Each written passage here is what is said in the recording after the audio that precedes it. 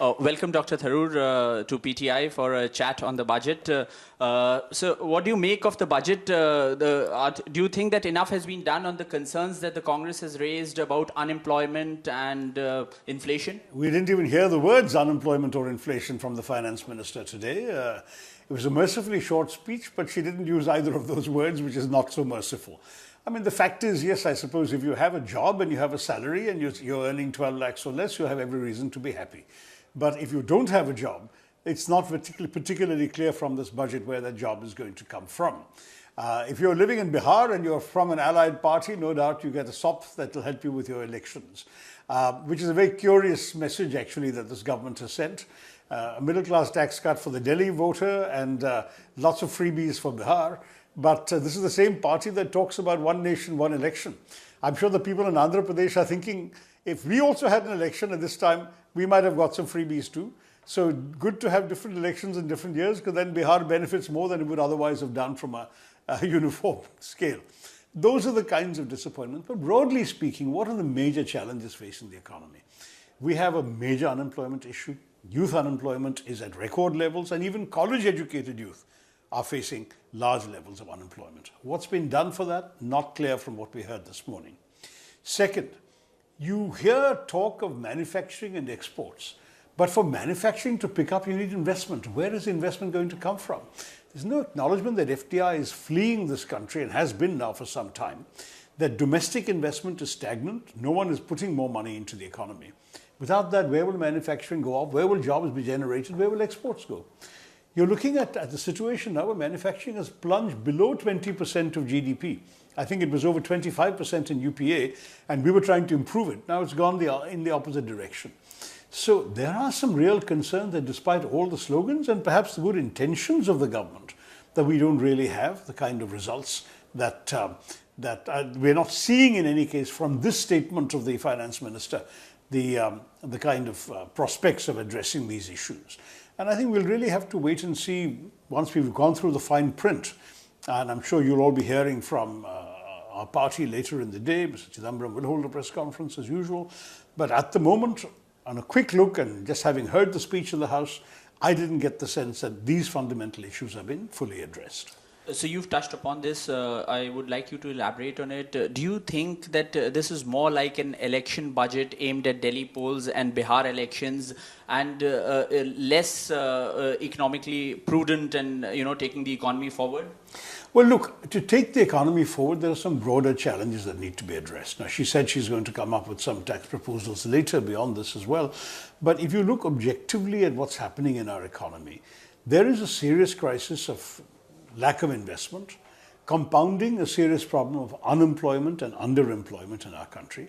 GDP growth has dropped. It's now, they're projecting in the economic survey 6.4%, which is well below what they talked about last year. But in any case, if you want to get to that Viksit Bharat that the Prime Minister talks about by 2047, you need 8% every year from now to then. So each year that you slip below that, you're dropping. If you look at the overall figure she mentioned for fiscal deficit of 4.8%, it's actually slightly shocking, because we all remember Arun Jaitley announcing in Parliament a staggered goal towards getting down to 3% fiscal deficit. Now it's 4.8 on the 11th year of this government's term. So clearly their targets have slipped.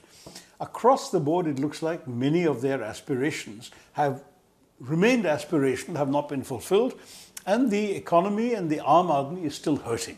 That's the problem we're all facing in the economy. And I'm not sure that the finance minister's speech sufficiently addressed that for us all to feel reassured that the government is coming to grips with the problem. Sir, you just mentioned it, that the government keeps talking about their goal towards moving towards a Viksit Bharat, but not doing enough on unemployment and inflation. Do you think all this talk of Viksit Bharat remains a pipe dream? Look, as far as Viksit Bharat is concerned, it's an aspiration, and an aspiration is always good to have, but the glide path to get there has to be also realistic. If you're talking about even becoming a country with a 13,000 per capita income instead of the 5,000 we currently have, less than 5,000 we currently have, we're about 4,000 and change, then I think you'll need to have sustained growth. And we're not seeing enough indications of where that growth will come from. If anything, The overall assessment of our economy right now is of slowing growth. And I didn't hear enough today that will reverse that particular phenomenon. Sir, the Congress came out with a real state of the economy report That's a right. couple of days ago, and it said that the government is marching the country towards a middle income trap. And it also stated that the economy is in a slowdown. What's your assessment of the state of the economy right now? Do you also fear that, if this continues, we could go into a recession? Look, recession is still a bit of a distance away. Recession is negative growth in at least 2 successive quarters, and we're not there yet. But I will say that there has been a slowdown, that's very clear. Even a slowdown from the projections of this government last year and this year, you can see there's been a slowdown. The other problem is that there are some structural issues in the economy we have been hearing more and more about from outside critics who are looking at our system. But even some inside critics like the former chief economic advisor, the former deputy governor of the Reserve Bank, they have come out and criticized, for example, this government's preference for so-called national champions, where a handful of companies are being given all sorts of encouragement to create monopolies or duopolies in a number of sectors, which becomes a disincentive for other companies to invest because they fear that the rules will favor these big fellows whom the government likes because the government wants to create national champions. Now, the problem with that is if the smaller companies don't invest or they feel that their investments will be more at risk because arbitrary rule changes might favor the big players who are going to be the national champions, then that lack of investment will prevent growth and will prevent employment increases. These are some of the fundamental challenges. There's also been a widespread concern about tax terrorism, the weaponization of the tax agencies, the whole lot of them, IT, revenue intelligence, ED, all of them, customs, all of them have been weaponized and in ways which unfortunately seem to be driving businesses away. It's a startling fact that $23,000 millionaires left this country and became NRIs last year. Can we afford to see this kind of hemorrhage? Clearly not. We need to retain these people here and get them to invest in our country. For that, the government has to change its entire approach, which it's not been doing. You just mentioned tax terrorism. Congress has been repeatedly saying that there is tax terrorism going on under this government. Today, Finance Minister has given a big handout to the middle class by increasing the slab to 12 lakh. So how do you look at that? Do you think that will improve the situation for the middle class? If you've got a job and you've got a salary of up to 12 lakh, it'll improve your situation, certainly. But if you don't have a job, your problems are not addressed. If your income is somewhat higher than a lakh a month and you're still very much middle class, we'll have to see how much you benefit.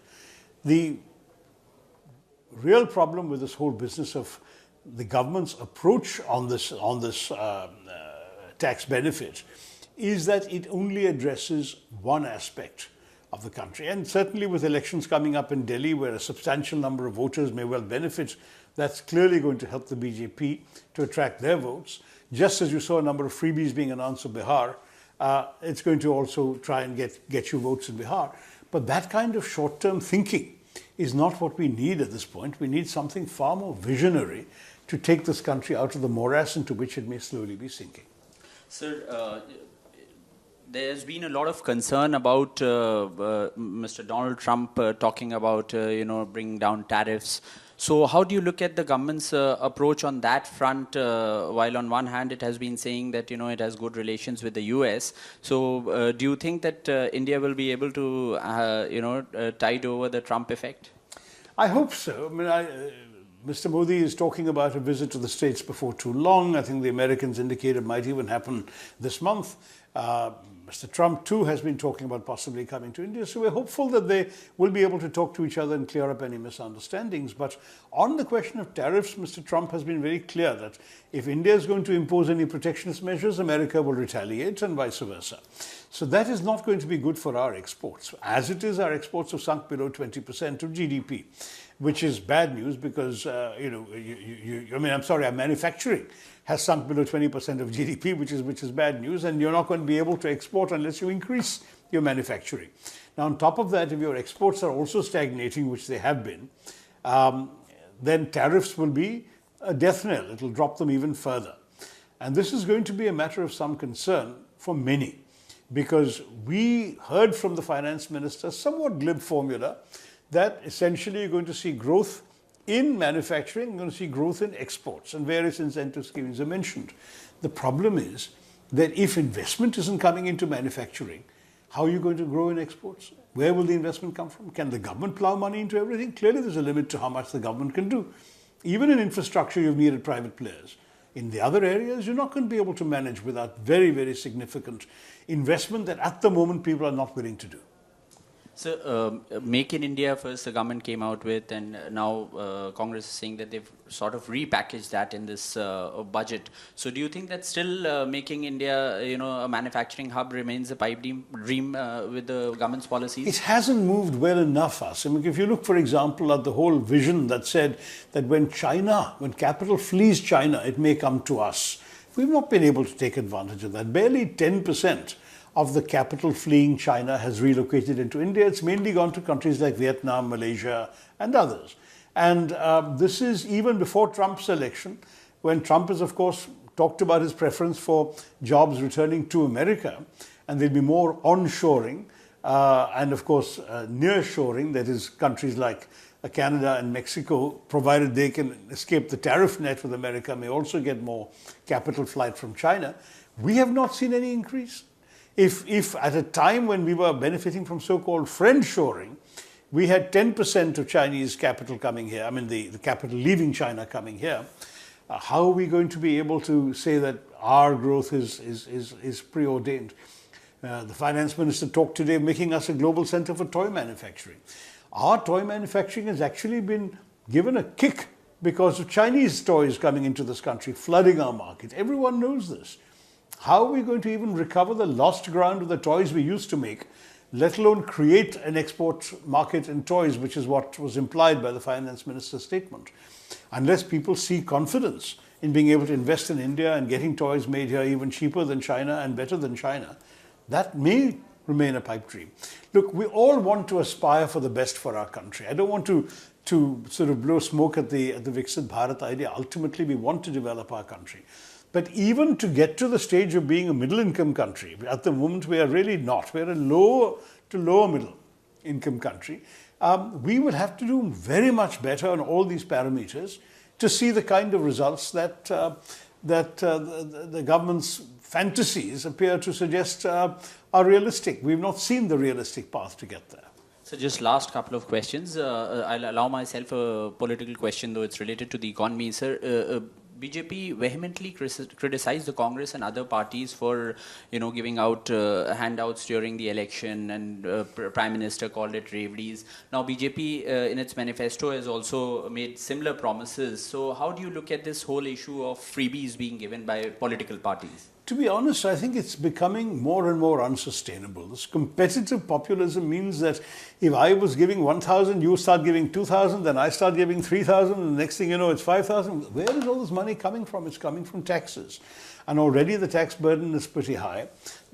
I would suggest that especially now, it becomes very important to realize that at some point we'll have to call a halt to these things, or that these raveries will come at the expense of other government programs. The total amount of money available to the government is still finite.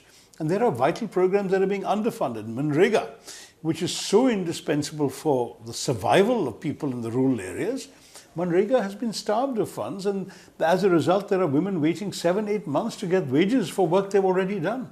Now, is that fair? Can the government go for short-term populism to win a state election today while leaving people whose states may have voted already last year in limbo for months waiting for their salaries from Manrega? It's not right. And the delayed payments from the government, from the central government to the states for Manrega are just one example of a genuine symptomatic problem, that they spend money on freebies and they don't think about the larger structural welfare measures that they've already committed to. So my final question to you is an easy one. Everyone wants to hear what they say, Tharoorism. So how would you describe this budget in your own imitable style? I think underwhelming on the whole.